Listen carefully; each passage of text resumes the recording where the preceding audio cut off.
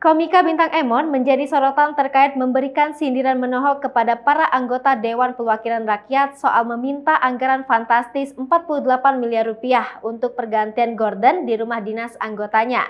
Kabar pergantian gorden rumah dinas untuk anggota Dewan Perwakilan Rakyat ini tentu menyita perhatian publik.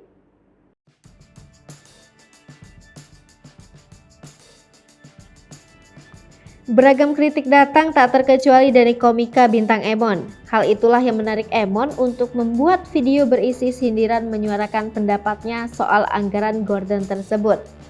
Melalui akun Instagram @kepointrending pada Senin 4 April 2022.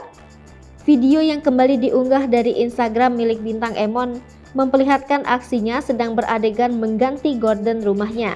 Tak sendirian, bintang Emon bersama temannya sebagai perekam, terdengar dari suara perekam mempertanyakan tingginya anggaran untuk mengganti gorden rumah dinas anggota DPR. Lebih lanjut, komika berusia 25 tahun ini dengan santai memberikan jawaban bahwa bukan hal baru bagi anggota DPR menggunakan uang rakyat untuk kepentingan yang tidak bermanfaat. Dengan sindiran halus, bintang Emon menyuruh rekannya tak perlu diambil pusing memikirkan masalah menggunakan gorden mahal karena sudah diwakilkan oleh anggota DPR. Kini, video berisi sindiran menohok dari bintang Emon terkait pergantian gorden seharga 48 miliar rupiah untuk rumah dinas anggota DPR itu viral dan mendapatkan beragam respon dari warganet.